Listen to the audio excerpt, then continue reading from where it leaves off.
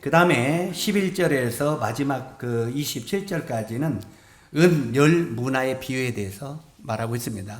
근데 은, 열, 문화의 비유까지 오늘 교제를 할 건데 거기는 좀 길기 때문에 그냥 읽지 않도록 하겠습니다.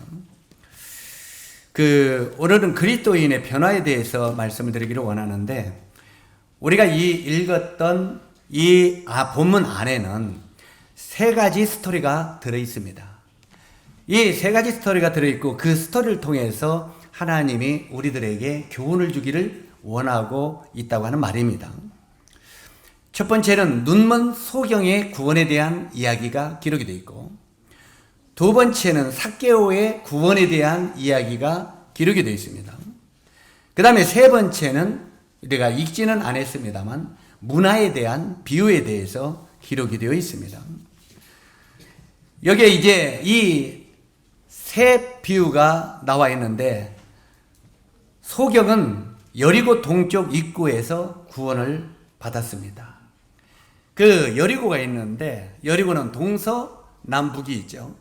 그런데 이 동쪽 입구에서 이 소경이 구원을 받았습니다. 그리고 삭개오는 여리고 서쪽 입구에서 구원을 받았습니다. 같은 날 주님이 이 문화의 비유를 또한 동일하게 말씀을 하셨습니다. 그런데 여기에 나오는 이 눈먼 거지와 세리 삭개오는 자신의 위치와 처지를 깨닫고 주님을 만나고자 하는 마음이 굉장히 강하게, 그 생각에 주님을 만나고자 하는 그 생각이 강하게 이렇게 일어났던 것을 보게 됩니다. 그래서 성경에 보면 구하라 그리하면 주실 것이요, 찾으라 그리하면 열릴 것이요. 실제로 찾으면 얻는다고 했는데, 여기에 이 세 비유를 통해서 우리는 주님을 강하게 찾고자 하는 열망들이 이들에게 있던 것을 보게 됩니다. 때때로 오늘날도요, 이 복음이 전보될 때 어떻게 하면 내가 이 복음을 통해서 구원받을까? 어떻게 하면 내가 정말 죄사함을 얻을까? 이런 강한 열망이 있는 사람들이 확실하게 믿고 변화된다는 것입니다. 그런데 그냥 믿어도 그만, 안 믿어도 그만, 그냥 누가 가자고 하니까 억지로 가자면 나중에 그렇구나, 이해가 갔다, 그러지만 마음 가운데 간절함은 없다는 말이죠. 그런데 여기에 지금 나오는 이 세 부류의 이 내용은 간절한 욕망이, 열망이 이렇게 있는 사람들이었다는 것입니다. 그 중에 먼저 이 소경을 우리가 한번 보도록 하겠습니다. 여기 나오는 이 소경은 날 때부터 소경된 자라고 말하고 있습니다. 언제부터 소경됐다고요? 날 때부터. 전에도 제가 가끔 이 소경에 대한 이야기를 할 때 이 말씀을 드립니다만, 이 소경도 여러 찔의 소경이 있습니다. 어떤 소경이 있습니까? 날 때부터 소경된 자가 있고 중도에서 소경된 자가 있습니다. 그러면서 그 전에 예를 들어서 제가 이렇게 말씀을 많이 드렸는데, 울릉도에 있는 하홍태 형제는 지금은 용인에 나와서 삽니다만, 하홍태 형제는 그가 날 때부터 소경된 자입니다. 그러니까 그는 빛도 모르고 색깔도 모르고 아무것도 모릅니다. 이 사물을 볼 때 아무것도 이 머릿속에 입력된 게 없습니다. 그렇기 때문에 하늘이 맑다, 바다가 푸르다, 울릉도니까 얼마나 날마다 바다만 보고 삽니까? 그런데도 바다가 푸르다 하면 푸른 게 뭐지? 이렇게 이해가 안 되는 거예요. 그런데 지금은 주님이 부르셔서 갔지만 순창 탐리에 있던 이기남 그 소경된 자는, 바로 이기남 형제는 7살에 소경이 됐습니다. 그러니까 날 때부터 7살까지는 모든 걸 봤어요, 안 봤어요? 봤습니다. 하늘과 단풍과 봄, 가을, 꽃과 다 이것이 머릿속에 입력이 되어 있습니다. 그러니까 어떤 때는 같이 다녀보면은 탐리에 있는 이기남 그 형제는 깜짝깜짝 놀랍니다. 이거 진짜 보고 있는 거 아니야? 이거 눈에 안 보이다는 거 거짓말 아니야? 이렇게 놀랄 때가 있습니다. 왜 놀라겠습니까?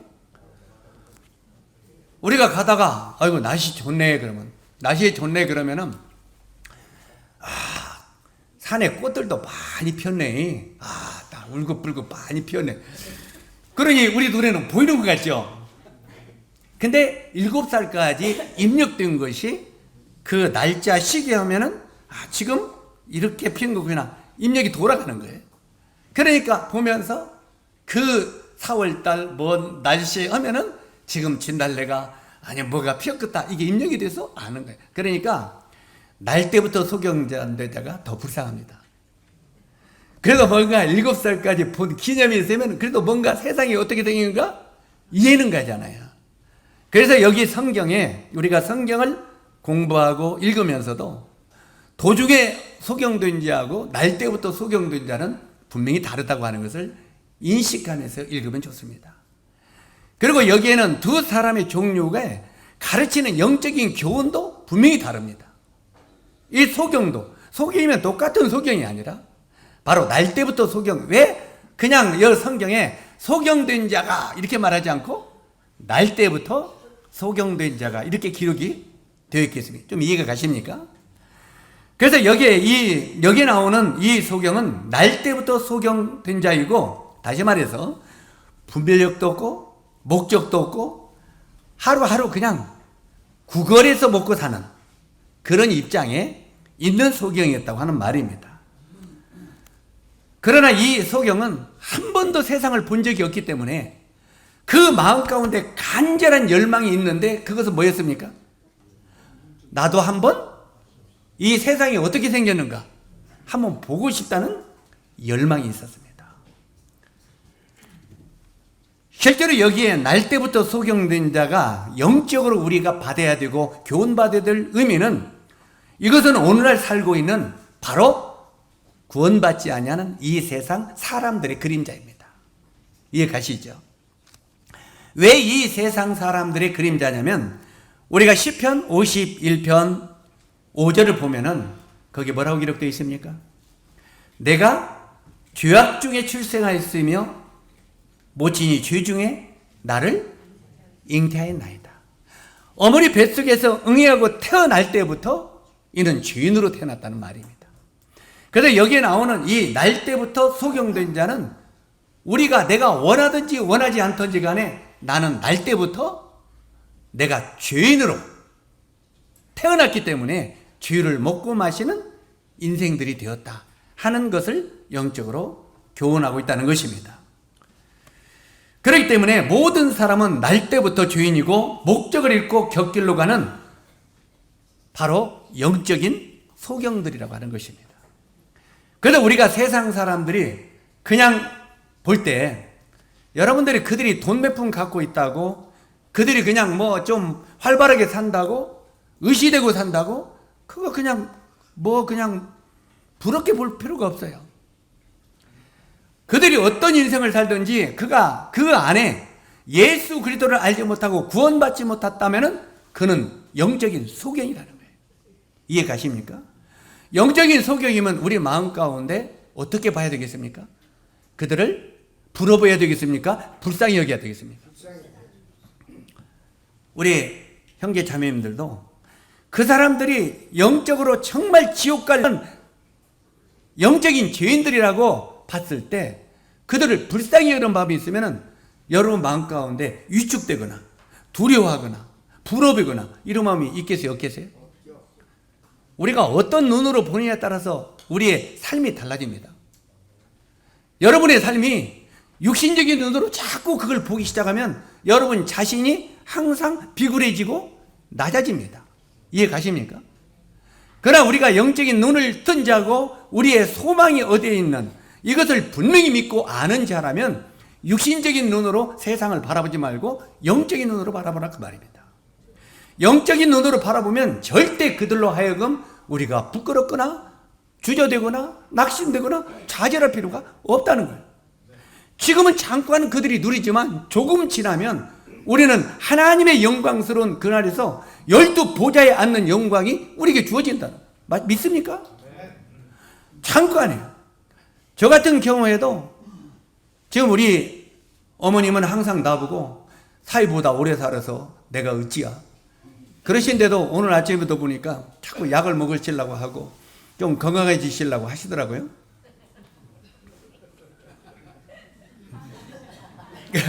그래서 이제 그냥 나보고 나보다 오래 살아서 힘들다고 하면은 그냥 빨리 그냥 주님 나라 빨리 가시면 되잖아요. 그래서 우리는 이런 욕망은 다 있어요. 그걸 막지는 않아요. 그러나 실제로 우리의 삶은 별거 아니에요. 눈 깜빡깜빡 하니까 벌써 이렇게 된 거예요. 그렇지 않아요? 이 땅의 그 모든 세상은 잠시 왔다 떠나는 나그네 인생이라고 하는 걸 알아야 돼요. 그래서 우리 형제 자님들은 소망을 이 땅에 계속 두지 말라는 거예요. 여러분이 그냥 소망을 이 땅에다 계속 두면 일생을 불행하게 사는 거예요. 이걸 아셔야 돼요. 눈을 들어 위를 바라보는 거예요. 우리가 골로새서 3장 1절 이하에 보면은 뭐라고 되어 있습니까? 너희가 그리스도와 함께 살리심을 받았으면 뭘 보라고요? 너희가 그리스도와 함께 다시 살리심을 받았으면 세상 것을 바라보라. 이렇게 되어 있습니까? 위의 것을 바라보라. 거기는 그리스도께서 하나님 우편에 앉아 계시니라. 위의 것을 생각하고 땅의 것을 생각하지 말라. 이 말은 땅에서 아무것도 하지 말라는 말은 아니에요. 땅에 있는 것을 부러비지 말아란 말이에요. 여러분이 땅에 있는 것을 부러비는 순간 땅에 있는 모든 것이 여러분 마음속에 우상이 된다 이 말이에요. 그래서 우상이지 말고 그냥 여러분은 입을 거, 그냥 먹을 거, 마실 거, 잠잘 거 이거 있으면 조카기억이라고 말하고 있잖아요. 왜? 그거 가지고 가는 것이 아니기 때문에. 차라리 그 있는 거 있으면 주와 복음을 해서 영원한 나라의 소망을 위해서 그 물질을 드리면 그걸로 말미암아 영혼들이 구원받는다면 얼마나 나중에 영광이 나에게 주어지겠습니까? 우리나라는요 참 그 잘못된 유산에 물려주는 법칙이 하나 있어요. 미국이나 다른 외국의 그 유럽이나 이런 나라들을 보면은 그 부모들이 노력해서 일생 돈을 좀 벌었잖아요. 예? 그러면은 나중에 그 자기가 죽었을 때 그 벌었던 돈을 어디다 바칩니까? 사회사업에 투자하죠. 가난한 자들 고아사업, 과부사업 여러 가지. 또 저기 아프리카에 가난한 사람들, 안 믿는 사람들도 그렇게 투자해요. 그런데 믿는 사람들은 물론 이것이 썩지 않는 그 나라를 해요. 그렇게 투자해야 되잖아요. 그러니까 우리 것이 바로 이 투자되는 것이 가난한 자들, 정말 영적으로 구원받지 못해서 불쌍한 자들 이런 데에 투자할 때 우리는 그것이 영원한 상급으로 주어지잖아요. 우리가 이 땅에 떠날 때요 가볍게 떠나면 떠날수록 하늘나라에서는 많은 것이 주어질 것입니다. 그러나 이 땅에서 많은 걸 가지고 있다가 떠날수록 하늘나라에서 우리에게 주어지는 것은 별로 없을 것입니다. 그것이 정말 원칙입니다. 저는 저도 별로 가진 것이 없는데도 집에 가니까 가진 것이 많더라고요.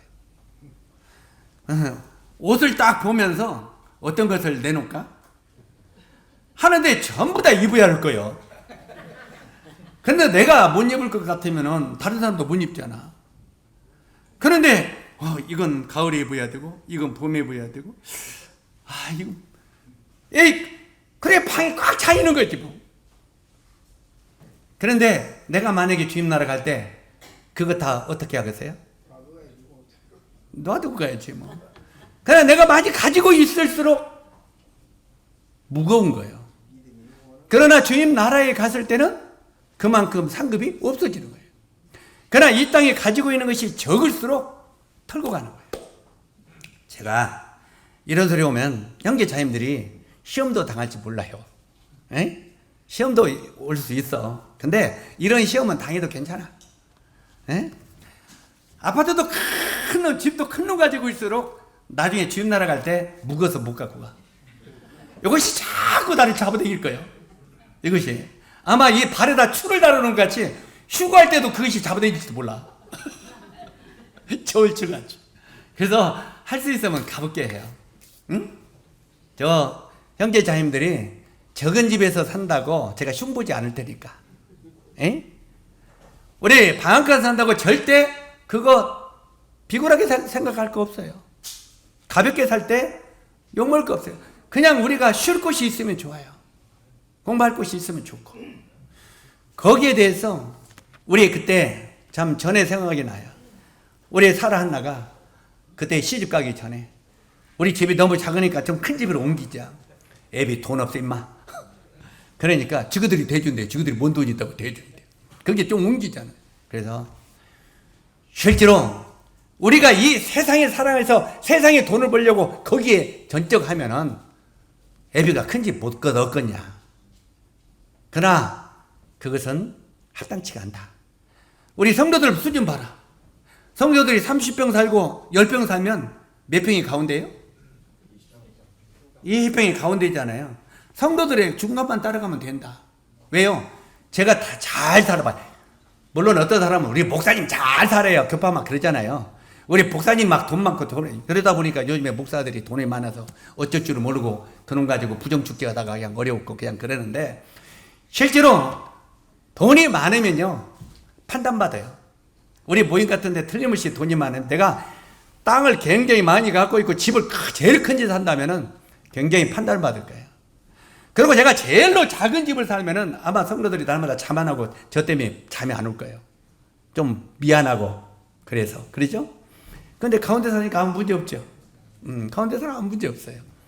이게 이제 왜 그러냐면 제가 처음에 배운 것이 목회관을 배울 때 옛날에 다른 나라의 어떤 믿음의 선배가 저를 가르쳤던 것이 그런 것들이 지금도 마음속에 확 있습니다. 그분이 선한 목자는 양들의 목숨을 버리노라 하는 말씀을 가르치면서 유럽의 목자와 팔레스타인의 목자에 대한 이야기를 가르쳤습니다. 유럽의 목자들은 양들에게 양털과 취하고 가죽을 취하고 고기를 취하면서 양들은 저 헛간에 자는데 자기는 큰 2층집 푹석푹석 양털 침대에서 잔다고. 그리고 양들은 말을 타고 채찍으로 몰아붙이면서 양들을 친다고. 그런데 팔레스타인 목자들은 양들과 함께한다. 양들이 한 데서 자면은 목자도 한 데서 자고, 양들이 하루에 한 끼 뜯어 먹으면 목자도 하루에 한 끼 먹고 하면서 양들과 함께하는 이런 목자가 바로 팔레스타인 목자다. 그런데 실제로 이제 쭉 그분들을 여러 가지 이야기하면서 나중에 여러분은 유럽의 목자가 되기를 원하십니까? 팔레스타인의 목자가 되기를 원하십니까? 그러면서 마지막에 선한 목자는 양들하여 목숨을 버리노라. 그것이 그 젊은 날 얼마나 제 마음속을 강렬하게 돌았던지, 이게 바로 정말 주님이 우리 앞서 건너가신 목자들의 길이구나. 이것이 마음에 굉장히 심하면서 주님 정말 이 길에서 제가 흔들림 없이 이 길을 가를 수 있도록 도와주십시오. 제가 세상으로 흘러가지 않도록, 마음이 그쪽으로 끌리지 않도록 도와주십시오. 이것이 하나님의 이정표가 되다시피 했어요. 그러다가 벌써 이제 인생의 마지막 때가 오니까 결국은 주님 앞에 부끄럽지는 않아요. 예를 들어서 자, 어찌하든 간에 이 실제로 이런 목자들은 그런 어려움 속에 있게 되는데, 우리가 원래 이렇게 멸망 속에 떨어지던 참 이 소경처럼 그런 자들이었는데 주님이 우리를 건져주셨잖아요. 여기 그 소경이 날 때부터 소경된다는데 그는 목적도 잃어버리고 격결로 가는 그 영적인 소경이었던 것을 보게 되죠. 죄의 삭은 사망이요. 우리들도 이 죄 때문에 결국은 아무것도 못 보고 어두운 가운데서 멸망으로 떨어지는 그런 형편없는 무기력한 죄인들이었습니다. 이런 무기력한 죄인들인데 여기 보면 이 소경이 왜 판단력을 잃게 되었습니까? 다시 본문으로 들어가서 이 소경이 판단력을 잃게 됐어요. 왜 판단력을 잃게 됐냐면 곧 빛이 차단이 됐기 때문에 그렇습니다. 날 때부터 소경된 자는 빛을 알아요, 몰라요? 모릅니다. 본 적이 없어요. 그래서 이 빛이 차단이 됐기 때문에 실제로부터 그는 판단력이 없습니다. 그래서 이 39절에 보니까 뭐라고 했습니까? 주여 나를 불쌍히 여겨주소서. 나는 날 때부터 판단력이 없는 영적인 죄인으로소이다 하고 이가 주님 앞에 나를 불쌍히 여겨달라고 해요. 이게 먼저는 사람들이 구원받는 핵심적인 이유는 자기 자신을 아는 거죠. 자기 자신을 알지 못하면 결코 구원받을 수 없습니다. 주여 나를 불쌍히 여겨서 내가 형편없는 죄인입니다. 자기 처지를 알고 여기 소경은 큰 소리로 예수님을 불렀습니다. 그때 41절 예수님이 그렇게 대답을 합니다. 주님이 내게 무엇을 해주기를 원하느냐? 주여 저를 불쌍히 여기셨어요. 내가 너에게 무엇을 해주기를 원하느냐? 주님이 물어봤습니다. 그때 이 소경이 구하는 건 분명히 한 가지가 있었습니다. 뭘 구했습니까? 주여 보기를 원하나이다. 이 소경이 간절한 소명은 단 한 가지, 주여 제가 보기를 원하나이다. 이게 그의 간절한 소망이었습니다. 우리 영계 자녀들도 내가 구원을 받았지만 때때로 주님 앞에 나가서 내가 뭔가를 변화되고 싶을 때 주여 저를 불쌍히 여기셨어요. 내가 너에게 뭘 해주기를 원하냐? 주여 제가 영적으로 주님의 말씀을 바르게 보기를 원하나이다. 그런 목적을 가지고 기도하십시오. 그냥 주님 섬기기를 원합니다 하지 말고 목적을 가지고 하세요. 주님 제가 여러분이 때때로는 물질을 가지고 주님을 섬기기를 원하더라도 제가 부자기를 되기를 애쓰지는 말라고 했지만 설령 내가 이 하는 사업이 주와 복음을 하여 귀하게 쓰기를 원한다고 하면은 주님 만약에 주님이 나를 축복해 주셔서 내가 물질로 부유해졌는데 내 마음이 격길로 가면 하나님 내 생명을 취하십시오. 이런 결단적인 기도가 필요합니다. 만약에 우리 왜 그러냐면 우리는 얻을 때하고 없을 때고는 생각이 다릅니다. 없을 때는 주님이 나에게 이렇게 해주시면 이렇게 하겠습니다. 이렇게 말합니다. 그래 주님이 주어보면 그때부터 마음이 변합니다. 그래 안 그래요? 우리가 이런 걸 우리 구원받은 성도들에게도 많이 우리가 체험합니다. 제가 정말 감당하지 못할 병이 들었습니다. 저를 위해서 기도해 주세요. 먼저는 형제가 기도해요. 그걸 기도합니다. 우리는 어떻게 기도합니까? 주님 이 병이 낫기를 구합니다. 본인도 낫기를 구합니다. 성도들도 낫기를 구합니다. 나서면 뭐 할 건데? 그냥 나서야 존귀해요. 그게 목적입니까? 이런 기도를 하니까 주님이 들어줄 수가 없는 거예요. 실제로 주님, 제가 만약에 주님이 이 병을 낫게 해주면 제가 주님을 향하여 이렇게 하겠습니다. 이게 주님 앞에 서원하는 기도죠. 그런데 거기에 뭐가 따르겠습니까? 주님이 그렇게 낫기를 위해서 기도할 때 주님이 그래 낫으라. 이제까지 내가 이 참 주님을 사랑하지 않고 모임 생활을 충실히 못했어요. 그런데 이걸 낫기로 기도해 주세요. 나섰어요. 나서니까 이제 다 만사가 좋아졌어요? 안 좋았어요? 이제 주님 빠이빠이 건강하니까 갑니다. 다시 안 나오고 다시 시작하는 거예요. 이게 우리 마음 아닙니까? 여러 각도에서 그런 기도들을 하니까 주님이 우리를 들어주지 않는다는 거예요. 적어도 제가 만약에 주님이 이 병을 낫게 해주는데 제가 만약 병이 나서 곁길로 가면 주님 그때는 제 생명을 거두십시오. 히스기야가 그렇게 기도한 겁니다. 그럴 때 내가 네 눈물을 보았고 내 기도를 들었다. 그리고 네 생명을 살려주겠다. 이게 주님의 응답 아닙니까? 그리고 그 다음부터는 그 서원한 거기 때문에 곁길로 갈 수가 있어요, 없어요? 없어요. 때때로는 사업도 마찬가지입니다. 주님이 만약에 나에게 이 사업을 부흥시켜주면 이 소득의 몇 프로를 주님 앞에 헌신으로 드리겠습니다. 이런 약정이 있어야죠. 그 정도 결단은 있어야 되는 거 아니겠습니까? 사업을 원하는 분들은 그런 결단을 하십시오. 만약에 주님이 나에게 이 사업에 어떤 축복을 하시면 여기에 우리 다음에 나옵니다만 삭개오가 뭐라고 했어요? 4배를 갚겠나이다. 주님 앞에 내가 도색한 거 있으면 4배를 드리겠습니다. 주님 내가 이 빚진 것을 주와 복음을 하여 내가 몇 배를 주님 앞에 약속으로 보장해 드리겠습니다. 그런 주님 앞에 서원과 약정의 기도를 하는 건 굉장히 중요합니다. 여기 적어도 그렇게 했을 때 우리는 주님이 그것을 축복하신다는 거죠. 그러니까 우리는 그냥 낮게만 기도해달라고 하고 잘 되게만 해달라고 기도해서는 안 된다는 것입니다. 여기 지금 세 사람의 종류의 사람들이 분명히 그런 사람입니다. 주님이 나에게 이것을 해주면 정말 제가 이렇게 하겠습니다. 그러면서 이 소경이 지금 뭐라고 말합니까? 내가 너에게 무엇을 하여 주기를 원하느냐 하고 질문합니다. 주님이. 그러니까 주님 나를 불쌍히 해 주십시오. 그리고 내가 너를 무엇을 하여 주기를 원하느냐? 주여 보기를 원하나이다. 그래 안 그래요? 보기를 원하나. 이 확실한 목적이 있어요. 보기를 원하나이다. 보기를 원하니까 주님이 그에게 뭐라고 했습니까? 주님이 그에게 말하되 믿음대로 눈이 열리고 그가 빛을 찾았습니다. 이것이 구원입니다.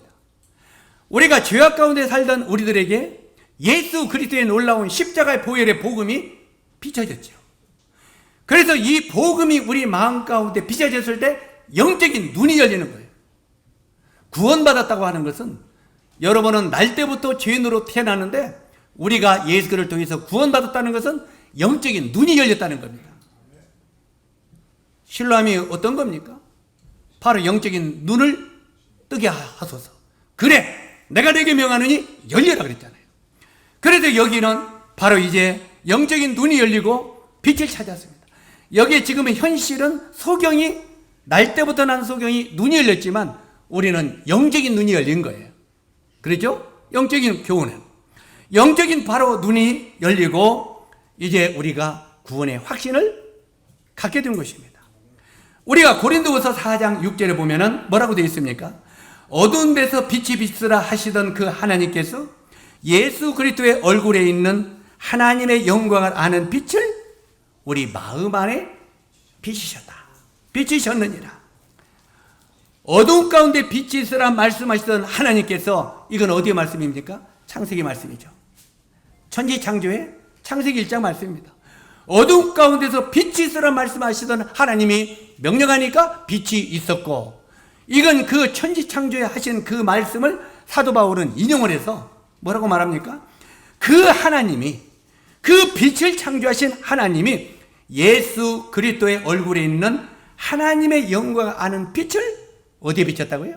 우리 마음 안에 빛이 셨느니라. 이게 바로 영적으로 나도 구원받았다고 하는 말입니다. 바로 우리가 구원받았다는 말은 내 마음속에 영적인 빛이 비춰졌다는 것입니다. 영적인 빛이. 이 소경이 간절한 간구가 주님의 관심을 끌었고 그가 보기를 원하는 대로 주님이 보게 해 주셨습니다.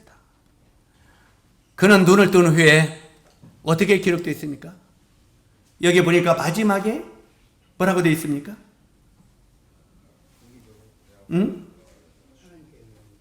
42절 3절에 보니까 42절에 예수께서 그에게 이르시되 보라 내 믿음이 너를 구원하여 하심에 곧 보게 되어 하나님께 영광을 돌리며 예수를 뭐라고 했습니까? 눈을 뜨고 주님 고맙습니다 빠이빠이 했습니까? 따랐습니까? 이게 눈을 뜬 사람의 생명을 얻은 사람의 당연한 것입니다. 그가 눈을 뜨니까 주님을 따르게 된 거예요. 우리가 영적인 구원을 받으면 우리 마음은 그분을 따르게 되는 것이다 이 말이에요. 실제로 주님을 따르니 백성이 다 이를 보고 하나님을 찬양하니라. 아멘. 바로 이게 구원받은 열매입니다. 그 다음에 두 번째는 삭개오입니다. 바로 이 소경은 주님을 충성스럽게 섬기며 따르는 데가 됐다는데 결혼을 맺습니다. 이 삭개오를 보면은 그도 키가 작은 자였습니다. 그죠? 키도 작은 자요. 사람들이 굉장히 싫어하는 자입니다. 삭개오는 너무 싫어했어요. 왜냐면 그가 세리였잖아요. 세금을 이렇게 강탈하고 돈을 취하는 자라고 문둥이 취급하고 싫어했습니다. 키도 작은 자요. 사람들이 싫어하죠. 그러니까 사람들이 있는 곳에 어울리지 못하고 어디로 올라가세요? 자, 이제 여기 조금 전에 읽었던 말씀을 보세요.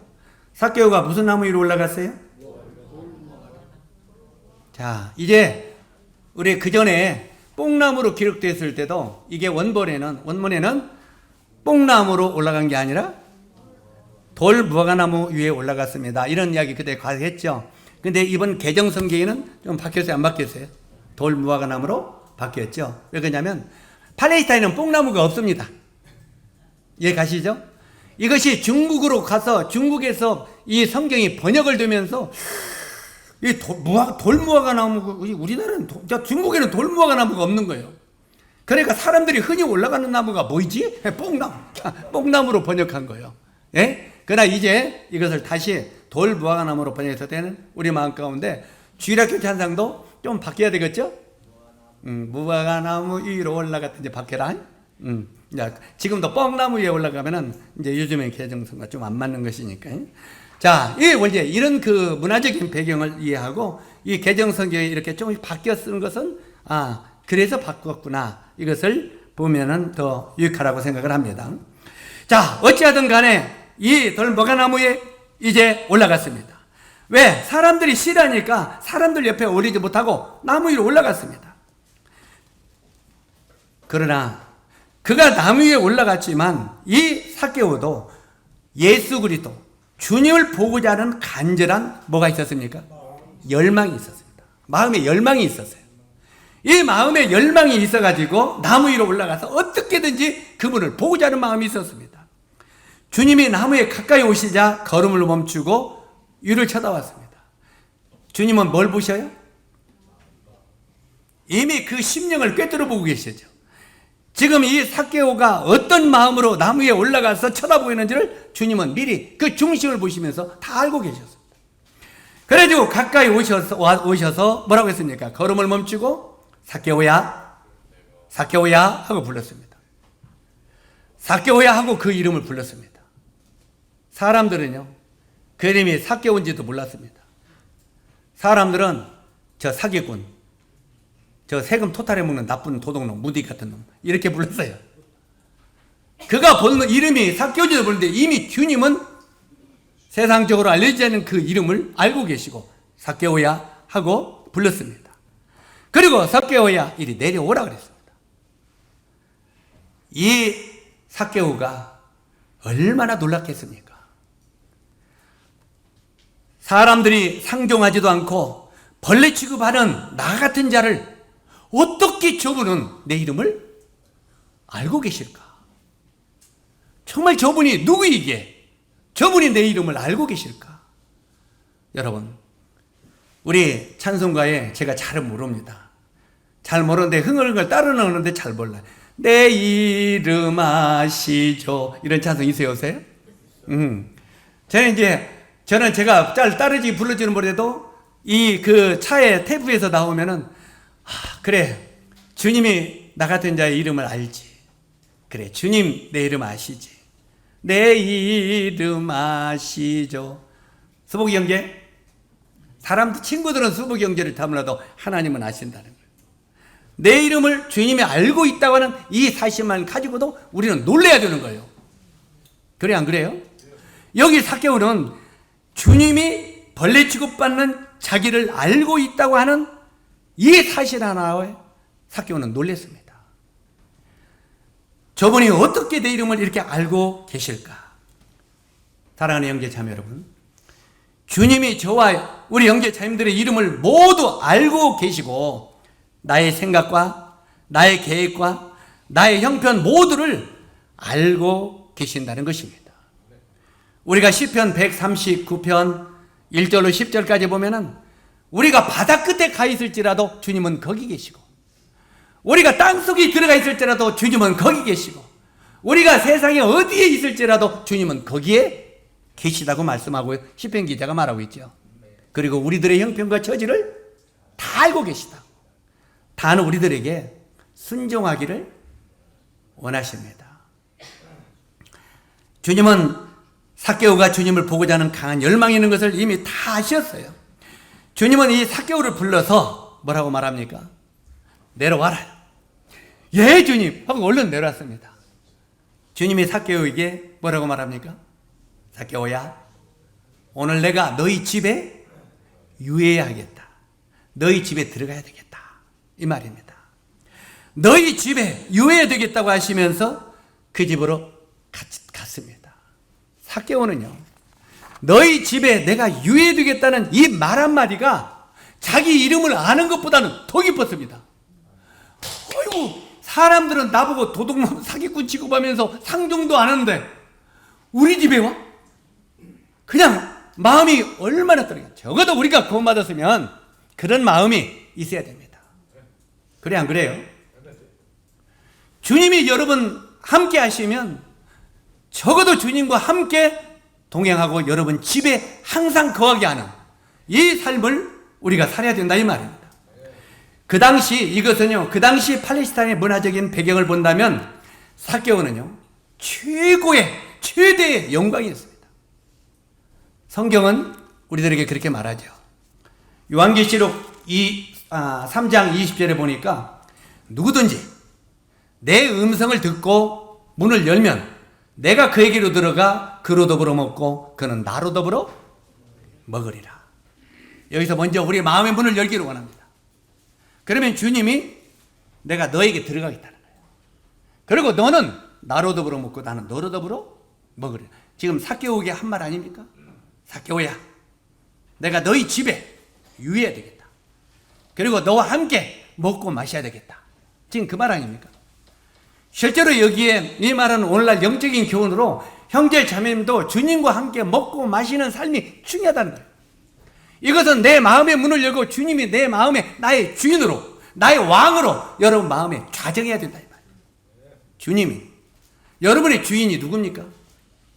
말로는 주여 믿습니다 하는데 마음에는 주님이 주인 되지 못하고 있어요.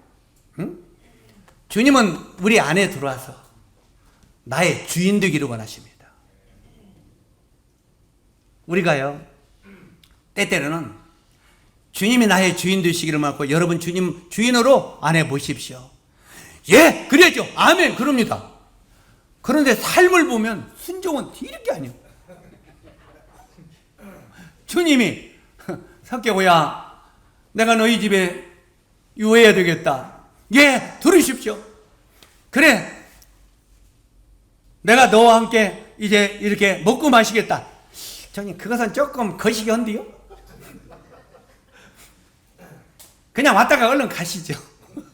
우리 집에 잠깐 왔다가, 우리 보통 그래요 안 그래요? 어디서 손님이 온다면은 저희 집도 가끔 그러더라고요. 요즘에는 이제 집이 좁아서 손님을 집에다 또 예배당에다 모시니까 그러는데, 그전에는 그냥 집을 항상 개방을 했죠. 젊은 청년부터 노인까지 그냥 항상 집을 개방돼가지고 했는데, 그때가 제일로 구원 많이 받았던 것 같아요. 개방이 될 때. 그런데 아무리 반가운 손님도 와가지고 하루 저녁이지, 하루 저녁, 이틀 저녁, 일주일 있으면은 언제 간대야? 언제 나간대? 그래 안 그래요? 우리 자매님들 그래 안 그래? 이쪽 쳐다보고 이야기해야겠다. 자매님들 그래 안 그래? 언제 간대? 빨리빨리 가지. 왜 이렇게 그냥 꾸물거리고 앉아있대야? 때때로는 우리가 그런 것처럼 우리 주님은 우리와 함께 영원히 함께하고 계시고 하시는데, 아이 주님이 그냥 왜 이렇게 내 안에 오래 있어요? 빨리빨리 나가요. 그래 내 마음대로 살죠. 아 오늘은 모셨지만 이제는 내일 가요. 그래야지 내 마음대로 살죠. 내 원하는 대로 하지요. 주님이 항상 내 안에 있으니까 내 원하는 대로 못 살잖아요.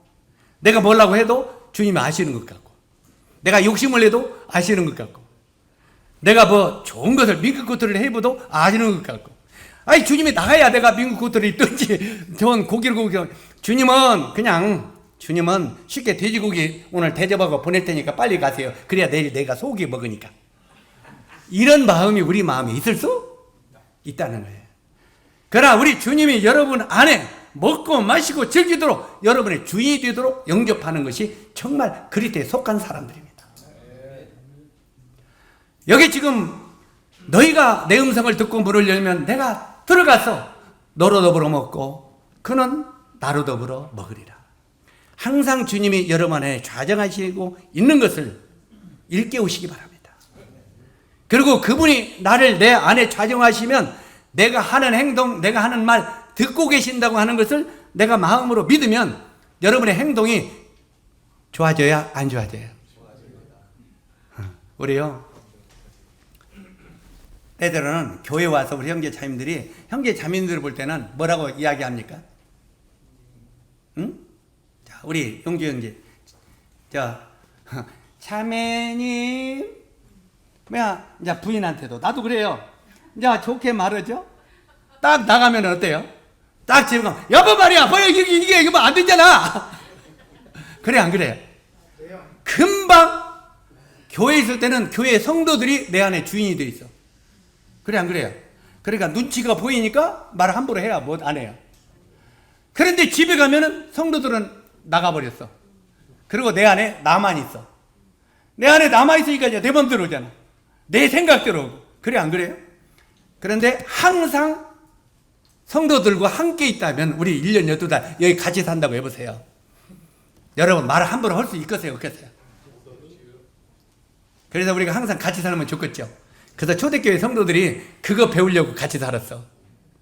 서로 네 것을 내 것이라고 하지 않냐고 서로 나눈 것은 성도들과 함께 있으니까 화도 못 내고 혈기도 못 내고 육신적인 것도 못 내는 거야. 그러다 보니까 점점 그것이 몸에 배가지고 훌륭한 사람이 되어 가더라 이 말이요. 그리스도인들이 되어 가더라. 이해 가시죠? 제가요 제 흉을 좀 볼게요. 형제 자매님들 흉만 보면 안 됐잖아. 저 시태야 강에 가면요 어떤 때는 막 하루에 5시간씩 강의면 피곤해요. 피곤한데도 아침에 큐티할 때 새벽에 일어나기 싫어 죽겠어. 그 목사님들이 새벽 기도가 제일 싫다고 하더만. 그거만 없으면 살겠대. 그럼 없으면 빨리 하지 말지. 모르고 끝까지 오면서 피곤하게 살아. 그런데 어찌하든 간에 우리는 너무 안 해서 문제고 너무 자유롭다고 안 해서 문제예요. 그래 중간만 좀 가면 좋겠는데. 그런데 실제로 거기서 어린 형제들 아무리 집에서 게으름 피던 젊은 애들도 시타에 딱 들어왔다면은 새벽에 딱 땡땡 치면은 자 큐티 시간입니다. 띠릭 일어나세요. 하면 이게 막 하면은 다 일어나는데 안 일어나요? 군대식이요. 군대 가면 그 뭐 아무리 게으르다도 기상하고 하는 것처럼 다 일어나서 다 성경 오늘은 무슨 서 몇 장 몇 절까지 다 읽는 거예요. 왜 그러냐면 그거 조금 이따 시험 보니까 딱 그거 봐. 그리고 이제 둘러 앉아서 끝나고 나서 둘러 앉아서 자기가 큐티한 거 토론하는 거예요.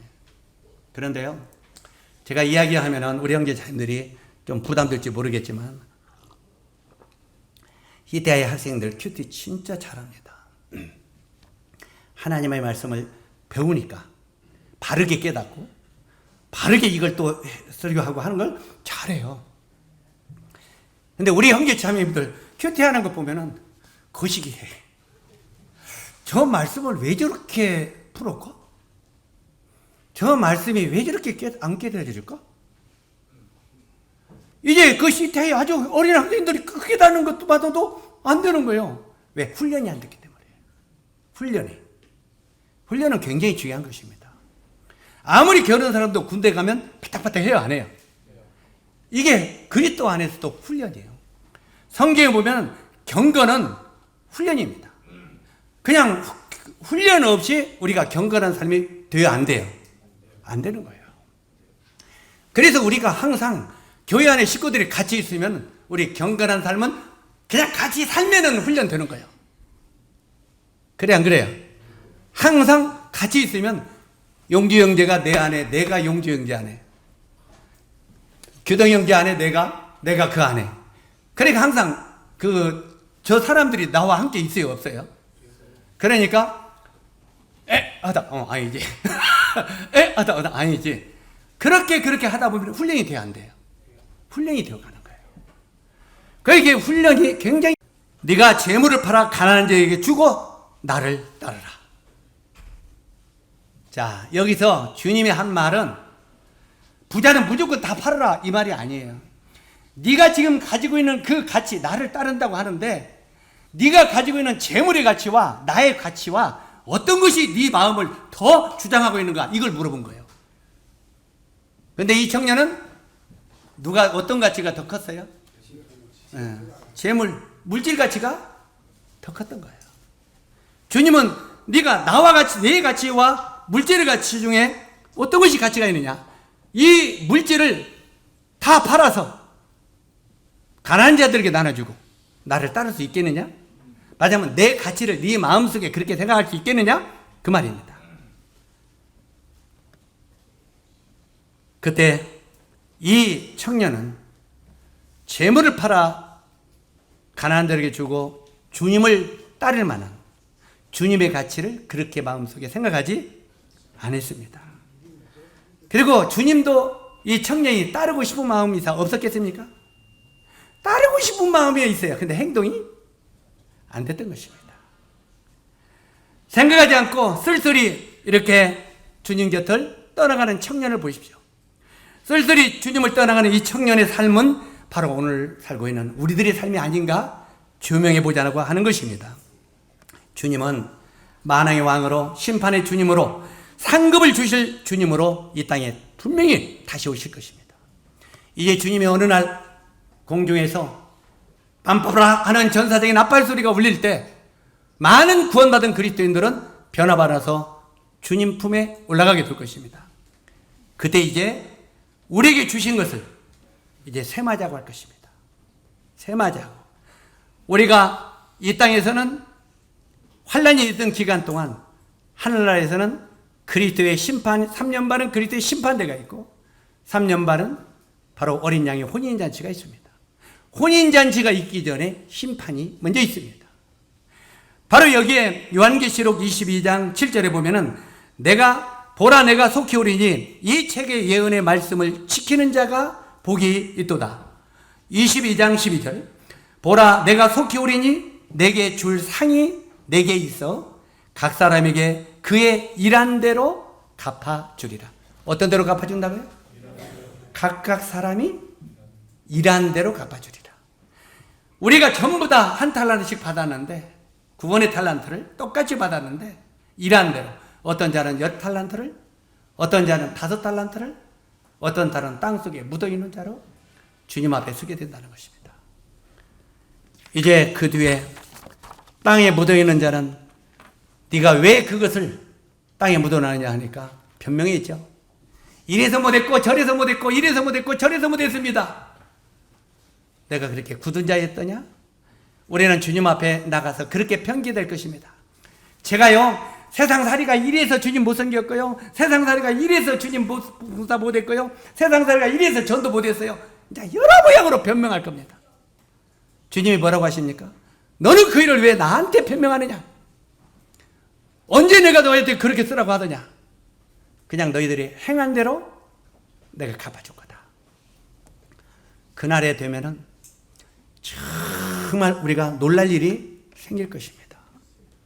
어떤 놀랄 일이 생기겠습니까? 어떤 성도는 정말 상관도 별로 없을 것 같은데 몽땅하는 성도도 있을 거예요. 은밀히 모르게 하는 성도들도 있을 거예요. 저 같은 경우에는 상을 많이 받을 것 같죠? 근데 별 볼 일 없어요. 왜요? 너희 상은 땅에서 이미 다 받았느니라. 다 받아갖고 없어요. 성도님들에게 받는 거 저 조금만 주세요. 불쌍히 여기시고. 자, 이 말씀으로 영계자님들에게 진짜 축복이 되기를 바랍니다. 도전으로 받고 받기도 괜찮아요. 그러나 부담으로 받았으면 이걸 우리가 주여 정말 내가 그리스도인으로서 이렇게 살기를 원합니다. 이렇게 고백하십시오. 그리고 나머지 인생을 얼마 남지 않은 생에 주와 복음을 가치 있게 드리는 성도 되기를 거듭 부탁을 드립니다. 기도드리겠습니다.